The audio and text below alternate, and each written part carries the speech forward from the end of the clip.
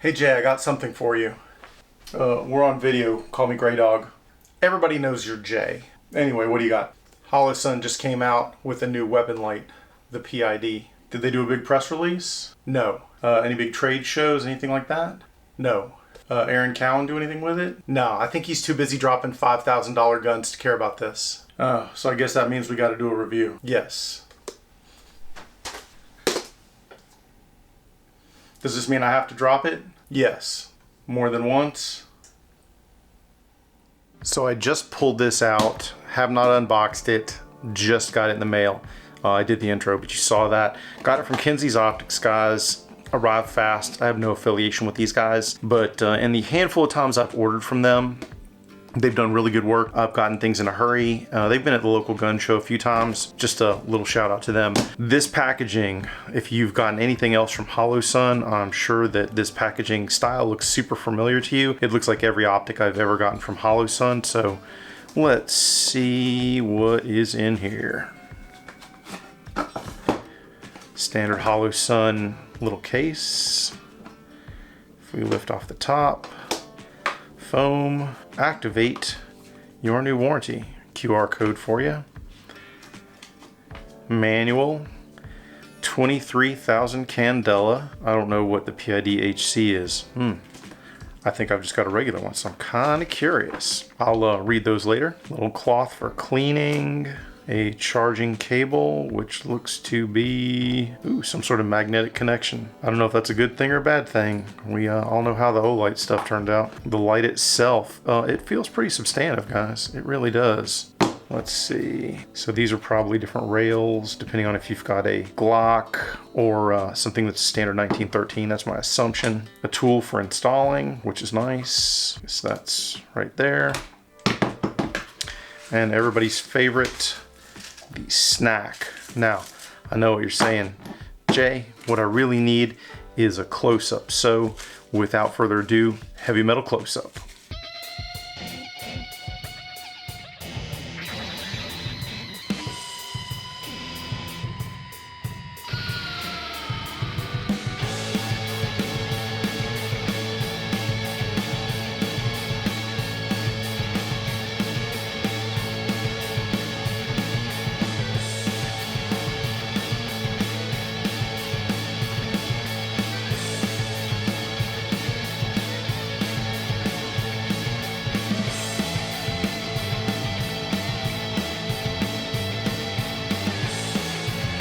Anyway, welcome back. I'm going to install this Holosun on, I think, my Glock 45. Now, I'm sure you guys know I'm pretty bullish in general about Holosun. I mean, I've got a few of their optics floating around, guys. I'm somewhat biased, I'll just say that. There's some things that I'm concerned about when it comes to this, but I'll get into that in a little bit.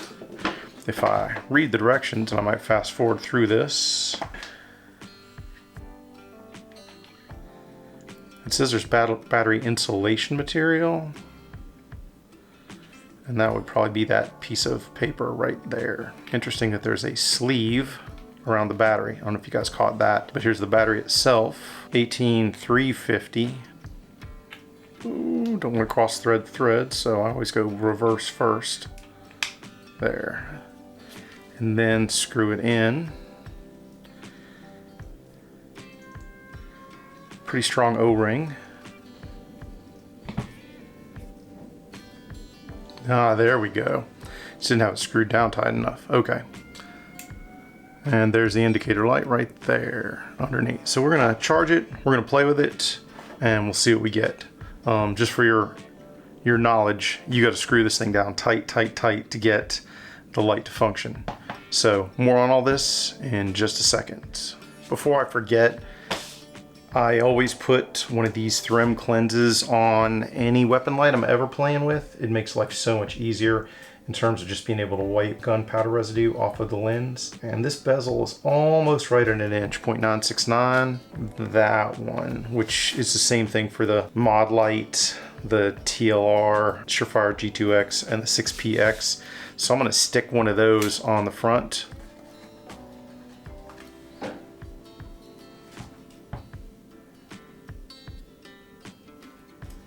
Like a glove. That is perfect. Perfect, perfect, perfect. That way, guys, I don't know if you've seen any of my other videos or have any experience with this. Seriously, no affiliation. But when it comes to wiping off the lens, like when you're done shooting 200, 300, 400 rounds, you can literally take your thumb or a paper towel, do that, boom, all the gunpowder goes away. I'm gonna let this finish charging. We'll do some testing. All right, so everybody wants to see beam shots, right? Like that's the deal. So I'm here in my basement. It's about 8 yards from one end to the other. And here is the Holosun PID on that target. And as you can see, there's a generous hotspot. I can easily read the words that I've written on that target. And like I said, it's about 8 yards from where I'm currently standing. So strong hotspot, good usable spill. If I want to compare this to the Surefire, that's the Surefire X300U. It's still plenty bright. Like inside a structure, I don't know that the amount of output the Holosun has makes it better than the Surefire, but more light, like that's harder to read for me with that, and that is easier to read for me with the amount of output this has got. Now, I'm sure somebody is saying, well, there's too much light, like you can have a light that's too bright for indoors, and if you feel that way, the Holosun has the ability to go lower. So you can reduce the output by half if you really are worried about getting overwhelmed by the amount of light that is coming out of your gun, if you think you're going to backsplash and blind yourself, or you can crank it up to the high setting, which is where I'm going to leave it. Because by the way, anybody who says a light is too bright or can be too bright, they're wrong. Topic for another day. Right. So I know you can't see anything at all. I'm here at the secret undisclosed location for testing flashlights up in the Great White North with my good friend Kyle. Kyle, fire up that Streamlight. Fire up the Streamlight.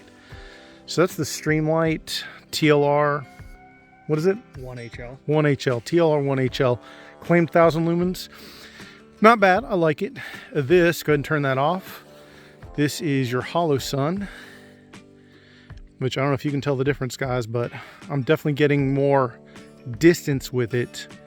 It's less floody, but more distance, and that's the TLR again, the Streamlight. The very far trees, I'm not seeing those. And then turn that off with the Holosun I am. So I'm getting more distance. I'm certainly getting more distance with the Holosun. Kyle, anything else to add to this one, dude? I don't know. What do you like the Streamlight better or you like the Holosun better? I like the depth of the Holosun, but the wideness of the Streamlight. Do you feel like there's really not enough spill with the Holosun? I mean, I'm still getting some spill. It's like I got sides, so I can see what's going on left and right. Yeah, I haven't played with it in a work capacity yet. Tactical environment. All right, so understand it. However, I do like both lights. I think it'll come down to the functionality of I'm down. This how one's to use it with your off fingers. Yep, I'll cover that later in the video. Spoiler alert. I cover it later in the video. Once again, the Streamlight, Holosun. There's the Streamlight. There's the Holosun. So, all right, that's pretty good.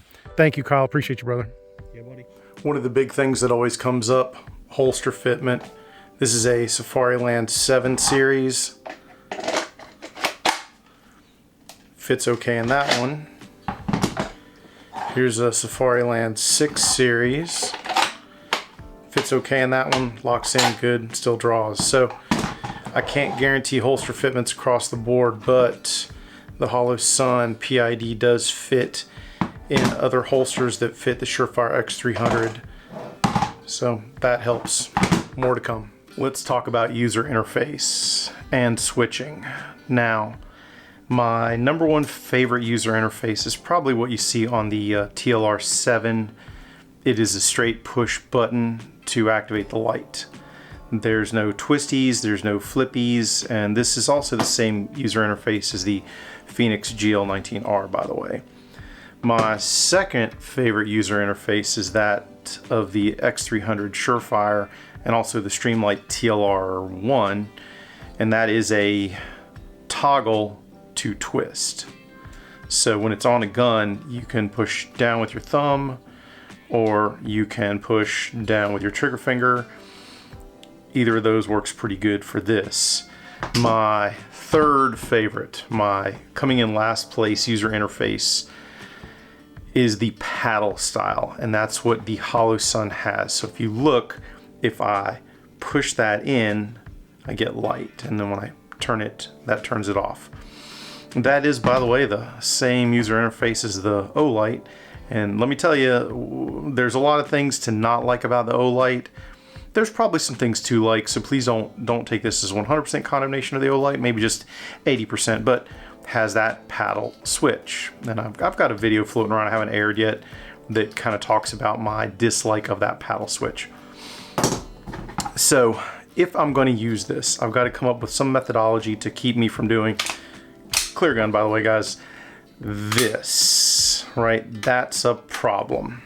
So rather than use these like a paddle, in other words, rather than pushing inward like this, I push forward like this, and that also works. So I'm basically taking a paddle switch, I am bastardizing it, and I am treating it, and same thing, I'm not pushing inward, I'm pushing forward with my finger, because forward is not going to put me in any danger of smashing the trigger when I don't want to shoot around. So in general, guys, I don't love the user interface, and if I'm going to give this gun a hit, and there's probably two that I'm going to give it, but one of them is the user interface. You have to treat it like it's something different. In other words, with your support hand, push forward to invoke it. With your trigger finger, if you're going to use your trigger finger, push forward, same thing, to turn it on, turn it off. Side note, guys, if you're one of those people that finds this light too bright, if you press and hold one side and then press and hold the other side, it'll switch down, and then to ramp it back up again, press one side, hold, press the other side, and it'll switch back up. So if for whatever reason you find this thing to be too onerous, which like I said, I will take all the lumens, but some of you guys are a little less inclined to do that. I will take all the lumens. If you don't like it, then that's how you switch back and forth. There are a lot of pros about the Holosun PID. There's probably 3 cons, but the pros. 1, bright, okay? Mentioned that before. It is super bright, and it doesn't seem to lose brightness or step down, and even when I ran it a long time, it got warm, but it never got hot. So it's not gonna burn you. Now, I still wouldn't want this to activate in a bag. The ability to melt through something is probably still there. I would be careful with that, but just in my real general basic testing of temperature, it never got so hot that I couldn't touch it with my bare hand. So brightness is key. 2, in terms of form factor, it's actually shorter overall length than the Surefire, just a little bit shorter, and so from that perspective, it may fit into some holsters that the Surefire does not, but it fits into every Surefire holster that I tried. Now, understand that there's a million of those holsters out there, so I can't try all of them. The price is excellent, right? 114 bucks gets you something that's as bright as anything out there and brighter than most. I think it's probably on par with the Mod Light in terms of pure output and candela, and there's another version of this that has greater candela than the one that I tried. So overall, guys, I liked it. Now, I did a bunch of shooting with this on the gun, and that caused no issues. Something like 1,000 rounds downrange, zero issues. I will roll in some footage of me shooting with this on the gun somewhere, I don't know where, I'll just maybe over here, who knows. But shrugged off any of that, no issues. Recoil, I don't think, at least in the short run for most shooters, is going to be an issue. Now, in terms of the cons, there are a few, and I want you to know about them. 1, this thing is heavy, 5.1 ounces. The Surefire with batteries in it was 4.2 ounces, so this is almost a full ounce heavier. And you may say, well, it's just an ounce, but an ounce on the end of your gun is real weight. Now, maybe you like that. Maybe you want it to keep the recoil flatter, in which case maybe that is a pro for you. 2, the switching. I don't love it. Now, like I said, you can work around that switching, doing the forward with the thumb or with your trigger finger, you can work around that. But I still don't love that. It's okay. And now for the I guess the gorilla sitting in the corner that nobody talked about. Did I drop this? The answer is yes. I did not get to film all 4 of those drops, and let me tell you guys, it pained me to do the drops. If you can see the bezel, I don't know if you can see it right there, there's a little dent right there. It still works, but the bezel definitely bent. That's okay. But one other thing happened. Can you see that switch right there? How it's just flapping in the breeze? That one switch got loose from the drop. Now, is that the end of the story? Still works. Still works. So even with that loose switch, which that loose switch still works. So, but did it fare 100%? No.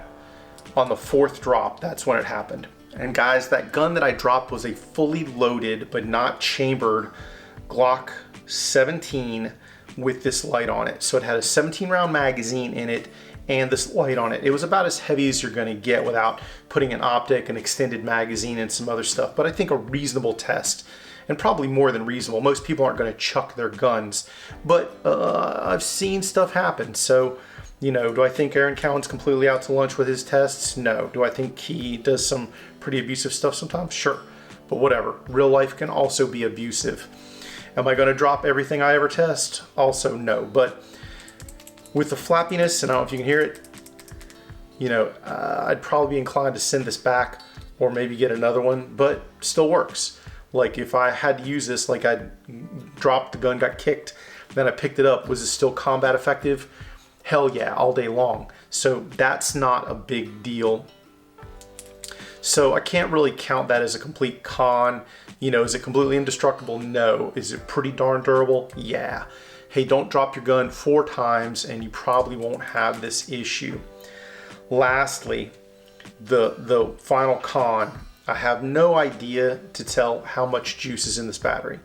The indicator light never comes on. My only indication that this thing loses all of its juice is it just runs out. It starts to step down and then fades out. And there's very little usable juice in this thing once we get to that point. And since it's a rechargeable battery, could I get another rechargeable and swap it on the fly? I certainly could. So 350. Is that realistic for a lot of people? I don't know. One of the things that my friend Kyle said he liked about his Streamlight, and I understand this, is if the batteries start to die, he can just pull it out, put some fresh batteries in, and get to work. How realistic that is in the middle of a building clearing or other, I don't know. So for rechargeable, and I don't hate the rechargeables, but I wish there was some indicator light or something on here letting me know the approximate amount of battery left. I'm gonna send this back probably. We'll see if Holosun tells me to pack sand. I would like to get that switch fixed, but even with that dent in the bezel, guys, I don't hate it. So can I say this is 100% perfect light with no downsides whatsoever? I can't say that. Can I say it's pretty darn durable and exceptionally bright based on the testing? I certainly can say that. If I was going to give it a scale of 1 to 10 with everything that I care about factored in, I'd still probably give it about a 7 or 8 with some cautions, right? With some definite cautions. If I was going to use this for work, I'd definitely have a charging cable in the car so that I could charge it. I mean, the upside is you don't have to dismount this thing to charge it. The downside, like I said, how much juice is in it. Guys, I hope this review has been helpful to you. I did everything that I could to try and give this light a fair shake, and I think for the most part, it did pretty well. I'll end this here. I know this video is probably already like coming up on nut and fancy length, and no offense to him, that's his audience, it's probably not mine. Guys, take care, stay safe, and I'll talk to you soon. Get him, Jay.